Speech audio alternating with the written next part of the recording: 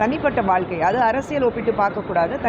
தனிப்பட்ட வாழ்க்கையில் யாருக்கும் என்ன வேணாலும் பிரச்சனை இருக்கலாம். நாள் செவத்துக்குள்ளே இருக்கிறது பிரச்சனைகள், கணவன் மனைவிக்கு இடையில இருக்கிறது பிரச்சனைகள் பற்றி நமக்கு பேசுகிறதுக்கு எந்த உரிமையும் கிடையாது. அவங்க தனிப்பட்ட முறை. ஒரு 2 மாதத்துக்கு முன்னாடியே அந்த வழக்கு பதியப்பட்டதா சொல்கிறாங்க. இப்போ வெளியானதுக்கான காரணம் என்ன? அது ஜென்ரலாக இருக்கும். நீங்கள் தான் அதில் வந்து மாஸ்டர்ஸாக இருக்கீங்க, மீடியா உங்களுக்கு தெரியாமல் பதவி பண்ணியிருக்காங்கன்னா அதுதான் எனக்கு ஆச்சரியமாக இருக்குது. தொடர்ந்து திமுகவுடைய கூட்டணி, திமுக காங்கிரஸ் கூட்டணி வந்து வழக்கத்துக்கு மேலே ரொம்ப இழுபறியாக இருக்குது. டெல்லியிலேருந்து வந்தவங்களும் விஜய் கூட நாங்கள் பேச்சுவார்த்தை நடத்தலை அப்படின்னு மறுக்கல. அவங்களுடைய கூட்டணி நிலைப்பாடு எப்படி நீங்கள் நினைக்கிறீங்க? காங்கிரஸ் பொறுத்த வரைக்கும் தனிப்பட்ட முறையில் நிற்கிறதுக்கு அவங்களுக்கு எந்த தகுதியும் கிடையாது, அந்த தைரியமும் கிடையாது. திமுக கிட்ட பேரம் பேசிகிட்டு இருக்காங்க, இந்த பக்கம் விஜய்கிட்டையும் பேரம் பேசிகிட்டு இருக்காங்க. யார்கிட்டேருந்து உங்களுக்கு லாபம் அதிகமாக வருதோ அந்த பக்கம் போயிடுவோம். நாங்கள் யார் வந்து அதிகமாக சீட் கொடுக்குறாங்களோ, ஆட்சியில் பங்கு கொடுக்க போகிறாங்களோ, ஏன்னா இது வரைக்கும் சென்ட்ரலில் உங்களால் நிச்சயமாக இதுக்கப்புறம் என்றைக்குமே உங்களால் சென்ட்ரலில் வந்து ஆட்சி பிடிக்க முடியாது.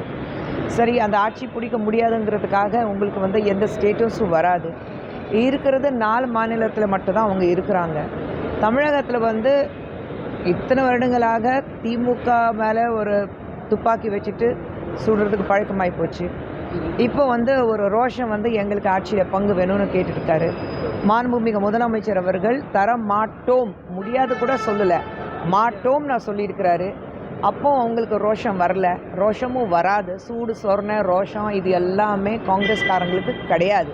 ஸோ யார் எங்கே எங்களுக்கு வந்து நாங்கள் கேட்குறது எங்களுக்கு கொடுக்குறாங்களோ அந்த பக்கம் போயிடுவோம். ஸோ அந்த பேச்சுவார்த்தை போயிட்டுருக்கு. ஆனால் நான் சொன்னேன், ஒட்டுமொத்தமாக இந்த ஒரு வாரத்துக்குள்ளே எல்லோரும் முடிவு பண்ணணும். ஒரு வாரத்தை தெரிஞ்சிடும் உங்களுக்கு காங்கிரஸ் இந்த பக்கமா அந்த பக்கமா.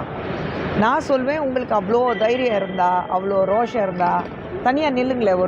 ஒரு தேர்தலில் நின்றுட்டு பாருங்களேன், உங்களுக்கு இவ்வளோ ரோஷம் காட்டுறீங்க. உங்களுக்கு அந்த ஒரு சீட் ஜெயிக்கிறதுக்கு தகுதி இருக்கா? சொந்தமாக நின்று பாருங்கள், பார்ப்போம்.